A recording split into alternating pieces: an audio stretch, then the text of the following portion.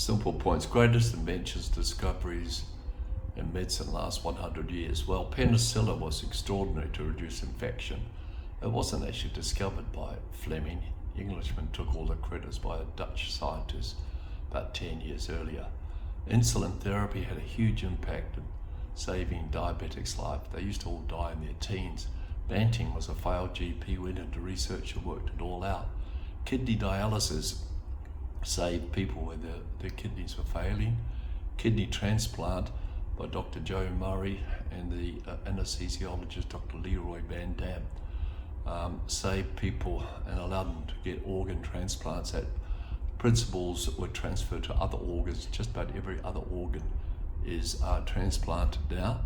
In the 50s, fundamental research description of DNA by Watson, Crick, and Morris Wilkins. It built upon the work of brilliant scientist Rosalind Franklin, not really given much credit, died at 36. She also described the viral particle. Polio vaccine developed by Salk and then the oral form by Sabin was a huge breakthrough. That saved more lives last century than anything. Polio that ravaged the world every year almost disappeared overnight. CPR saves many lives every year. Simple technique taught now routinely. Birth control. We forget now the impact of birth control gave women control over their whole lives. Heart transplant. Christian Barnard actually took the technique from Norman Shumway. So it's really Norman Shumway who should be credited with this. So the drugs to suppress rejection were an important part. CT imaging, very important to image the body diagnosis.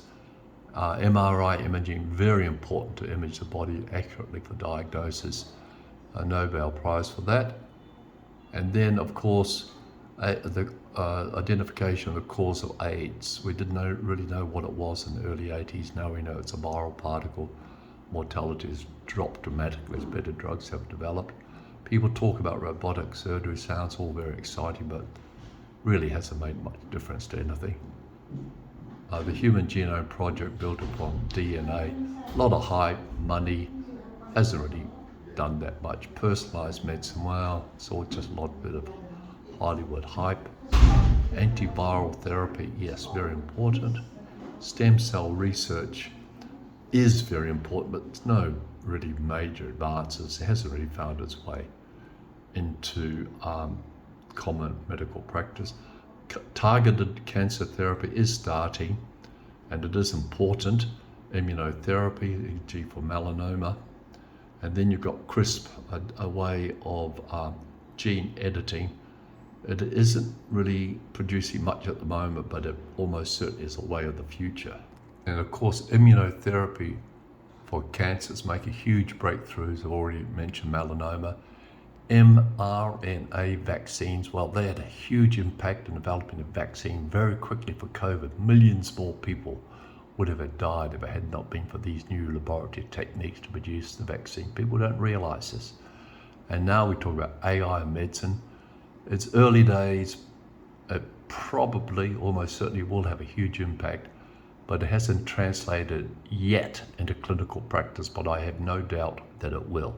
So I hope you enjoyed this summary of all the major developments in medicine over the last 100 years. It's been very exciting, but in a philosophical way, things have pretty much slowed down over the last 50 years.